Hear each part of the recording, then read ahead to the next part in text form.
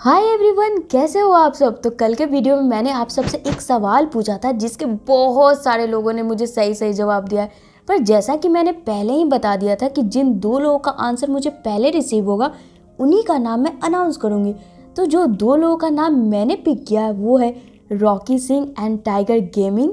बहुत बहुत मुबारक हो guys and thank you so much आप सबका इतना सपोर्ट और प्यार के लिए।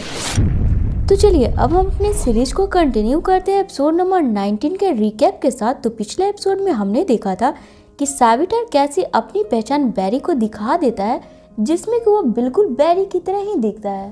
तो चलिए अब कहानी को आगे बढ़ाते हैं एपिसोड नंबर 20 के साथ, जिसकी शुरुआत वहीं से होती है जहां हमने एपिसोड नंबर 19 को खत्म करी थी, जहां पर कि अब सैविटर अपने सूट से बाहर आकर अपने बारे में बताना शुरू करता है कि सैविटर और कोई नहीं बल्कि बैरी यानी कि फ्लैश का ही टाइम रिमेंट है। तो फ्रेंड्स, अगर आप फ्लैश सीरीज को स्टार्टिंग से फॉलो करते आ रहे हो तो आपको सीजन 2 का एपिसोड नंबर वो तो याद ही होगा जिसमें जूम और फ्लैश की लड़ाई हुई थी। तो मल्टीवर्स को जूम से बचाने के लिए फ्लैश ने अपने टाइम रिमेंट क्रिएट करी थी।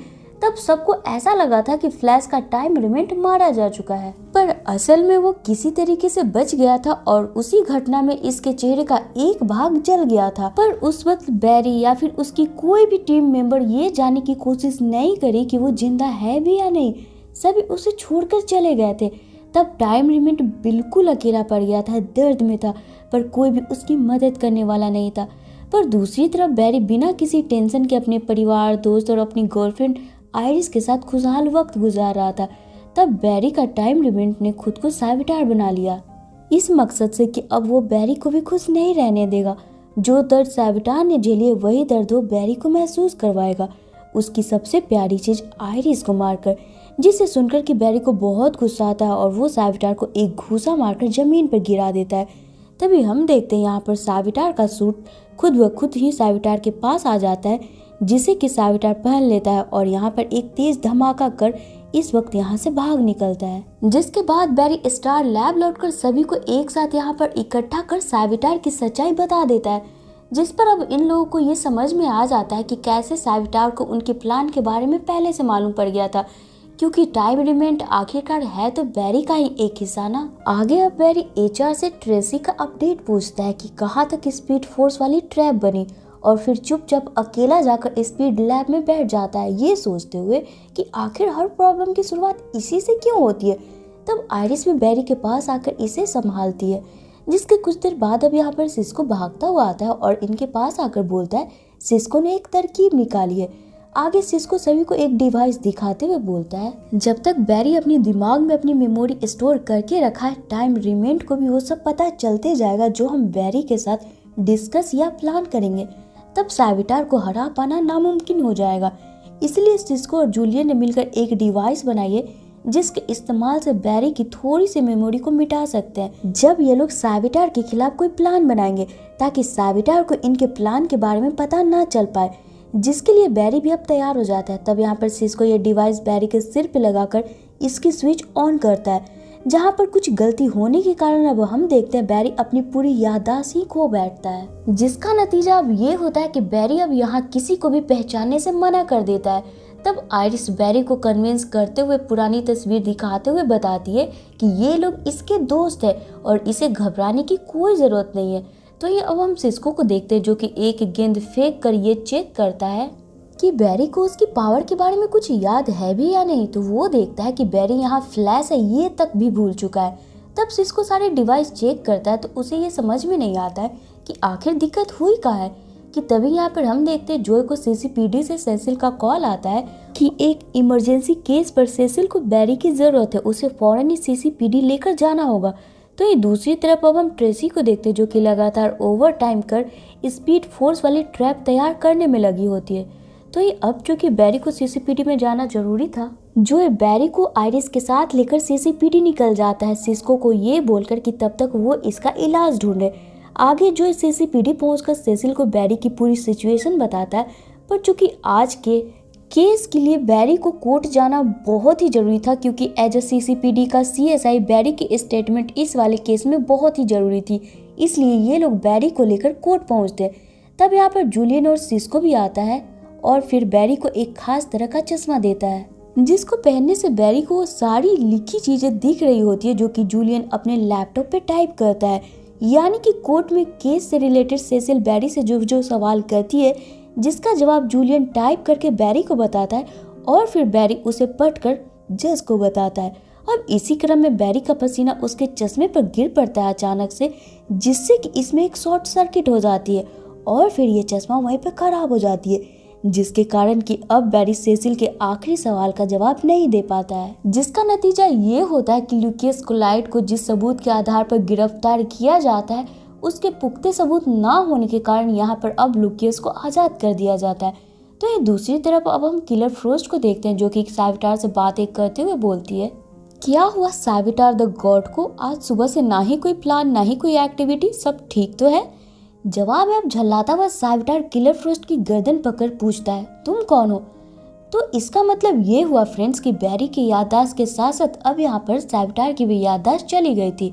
तो ये अब आगे हम स्टार लैब में देखते हैं, जहाँ पर अचानक से वैली की भी पावर चली गई थी। तब सभी ये सोचकर परेशान होने लगते हैं कि आखिर ये हो कैसे सकता है। तभी यहाँ पर किलर फ्रोस्ट आती है और इन लोगों को बताती है क्योंकि साविटार अपनी याददाश्त खो बैठा है, क्योंकि वैली की पावर साविटार से जुड़ी हुई है।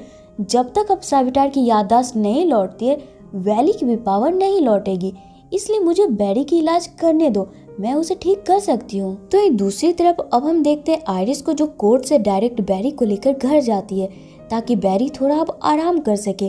तभी अचानक से वो देखती है कि बैरी के हाथ तेज वाइब्रेट करने लगे और यहाँ पर बैरी को ये पता चलता है कि उसके पास पावर भी है। पर चूंकि यहाँ पर बैरी को ये अभी अभी पता चलता है कि उसके पास पावर है, वो इसे कंट्रोल नहीं कर पा रहा होता है, जिसे लेकर कि अब आयरिस वापस से उसे स्टार लैब पहुंचती है। तो यहाँ पर किलर फ्रोस्ट को देख आयरिस और जोई दोनों ही घबरा जाते हैं।